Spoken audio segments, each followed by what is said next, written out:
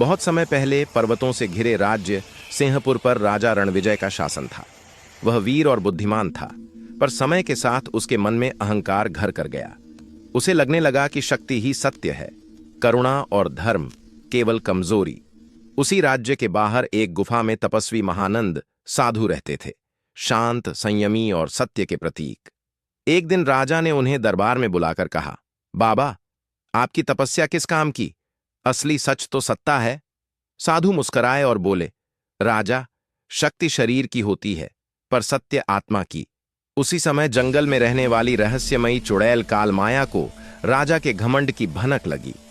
वह मनुष्यों के लालच और अहंकार से शक्ति पाती थी। एक रात वह सुंदर स्त्री का रूप धरकर महल पहुंची और बोली, मैं तुम्हें अजेय बना दूंगी, पर बदले में तुम्हें धर्म और करुणा त्यागनी होगी। राजा ने बिना हिचक स्वीकार कर लिया। जल्द ही राज्य में अन्याय फैलने लगा। निर्दोषों को दंड, गरीबों पर अत्याचार, मंदिरों का अपमान।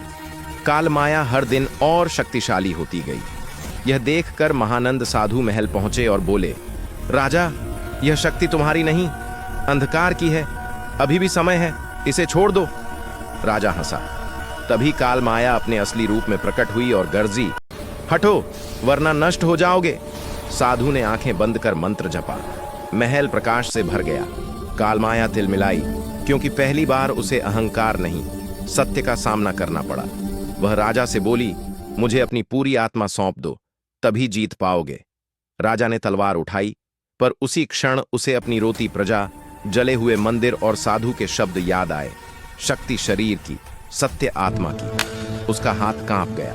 उसने तलवार नीचे रख दी और कहा, नहीं, यह मेरा राज्य है, तुम्हारा नहीं। साधु ने अंतिम मंत्र उच्चारित किया।